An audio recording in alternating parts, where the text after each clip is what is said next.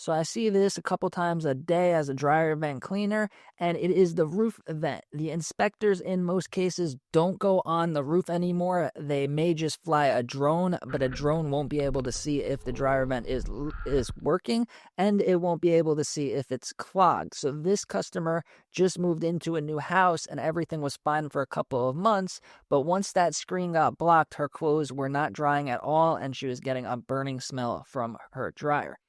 Or it could just be clogged with lint. They could have a record of the house getting dryer vent cleaning every single year, but a lot of companies don't go on the roof. So a lot of times I see customers just moved into a house. They were told everything was fine, but when I go on the roof, it was completely clogged with a huge piece of lint that would have just took 5 seconds to just remove the piece. But that's the way it is. They don't go on the roof anymore. Another thing is an attic disaster. A lot of customers have been using their dryer for many years and had no idea that their vent wasn't connected to the outside and it was blowing flammable lint all over their attic. Sometimes it's completely disconnected or sometimes it's just missing the mark by a little bit. But either way, this is super dangerous because it's going to be blowing flammable lint inside of your attic. And in most cases, it won't affect the way the dryer is performing. So you'll have no idea that there's a huge mountain of flammable lint building up inside your attic. Definitely have someone check inside your attic at least every couple of years to make sure that your dryer vent is still connecting.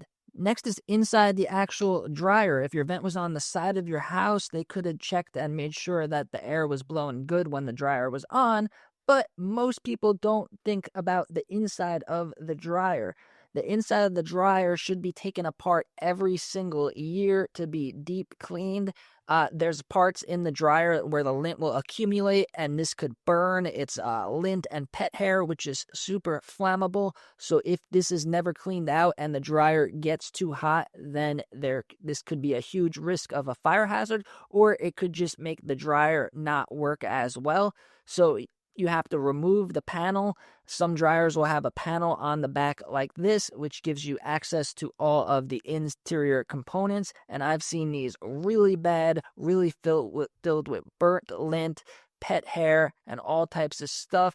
And it could start producing a burning smell, or it could cause the whole dryer to go on fire. Some dryers, well, most dryers will have a pipe like this that you could simply remove with one screw, giving you access to the internal components. And as you see on this one, it is really filled with lint and pet hair and a whole bunch of nasty stuff. This customer said that the dryer was working fine and they had no idea that all of this lint was in there. This one too, whole bunch of lint, like almost a half an inch thick of lint. The next thing is going to be the actual transition vent that connects from your dryer to the wall. It could be smushed. A lot of times they don't look behind it, or there may be a countertop on top of it and you won't be able to see it, or it could just be a low quality flammable plastic foil vent like this one that had holes burnt through it and the lint was going everywhere. I would definitely recommend getting a flame resistant dryer vent and making sure it is secured onto your dryer and secured onto your wall properly and not being bent or damaged in any way. If you want to see how to install your own dryer vent, check out this video over here where I show you step by step.